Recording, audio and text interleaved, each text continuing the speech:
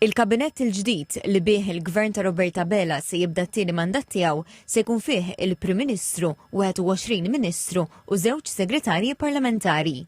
Il-5 deputati laburisti nisa eletti se jkunu kollha fil-kabinett, 4 ministri u oħra segretarju parlamentari. Fil-Gvern il-ġdid id-deputat Prim Ministru Ian Burch se jibda jservi bħala Ministru għas-Saħħa. Miegħu se jkollu lil Deo De Battista li ritorna fil-kabinett u se jkun segretarju parlamentari responsabbli mill-anzjanità Il-Ministru Owen Bonnici nata wkoll responsabiltajiet ġodda bħala Ministru għall-Akkomodazzjoni u l-Artijiet. L-istess ġara fil-każ tal-Ministru Byron Camilleri li nata responsabilità mill-Edukazzjoni u l-Isport. Fil-leġislatura li jmiss il-Ministru Clifton Grima se jkun responsabbli mill-qasam tal-Ġustizzja, ir-Riċerka u l-Innovazzjoni, waqt li l-Ministru Jonathan Attard se jkun il-Ministru għall-Ippjanar, l-Infrastruttura u x-xogħol. Ġewwa Tiana Bela nata wkoll portafol ġdid u se jkun il-Ministru għat-Turiżmu.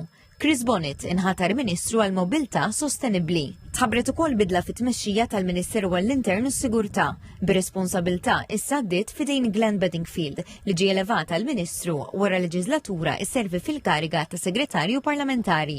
Il-Ministeru għall-Inklużjoni u l-Volontarjat baqa' f'idejn il-Ministru Giulia Farrugia u l-istess il-Ministeru għall-Għawdex li baqa' f'idejn il-Ministru Clint Camilleri. Dr. Michael Falzon ġie konfermat Ministru għall-Politika Soċjali u l-Familja. L-istess ġara fil-każ tal-Ministru Anton Refalo li mill-Agrikoltura u s-sajt ingħati responsabilità miżjuda għall-provvista tal-ikel. Il-Ministru Silvio Xkembri żamm il-Ministeru għall-Ekonomija u miżjuda miegħu it-teknoloġija u proġetti strateġiċi. Il-Ministeru għall-Enerġija, l-Ambjent u Riġenerazzjoni tal-Port il-Kbir baqa' fidejn il-Ministru Mirjam Dalli u magħha se jkollha bħala Segretarju Parlamentari lil Alicia Buġija Sajd li mill-ġdid se tkun responsabbli għal ħarsien tal-annimali. Il-qasam tal-Finanzi se jibqa' fidejn il-Ministru Clyde Caruana li nħatar mill-ġdid Ministru għall-Finanzi, waqt li Chris Fern se jirritorna mill-ġdid fil-Kabinett ta' Qabela bħala Ministru għall-Affarijiet Barranin u Ewropej. Fil-kabinett se tirritorna wkoll Rosien Kutajer, din id-darba bħala Ministru għall-Ugwaljanza u Drittijiet Ċivili. Elevati wkoll fil-kariga ta' Ministru Alison Zerafa Civelli li se tkun Ministru għall-Gvern Lokali u x-Xogħlijiet Pubbliċi. Kita Zoparditanti li se jkun il-Ministru għall-Fondi Ewropej, id-Dialogu Soċjali u l-Protezzjoni tal-Konsumatur. Malcolm Paula Ġużgalja li se jkun Ministru għall-Arti, il-Kultura u l-Wirt Nazzjonali. U Omar Farrugia li se jsir Ministru għaż-Żgħażagħ, il-Benessere u l-implementazzjoni tal-programm elettorali.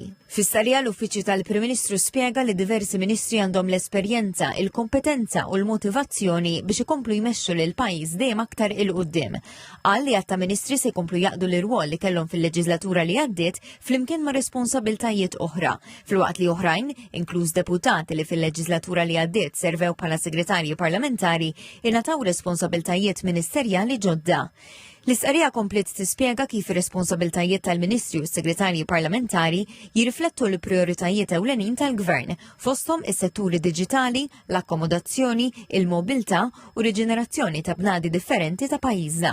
Ingħatu wkoll il-formazzjoni tal-Kabinett tirrifletti l-impenn tal-Gvern li jwettaq il-manifest elettorali li għażel il-poplu, partikolarment il-ħolqien tal-ġid u l-investiment fil-kwalità tal-ħajja tan-nies.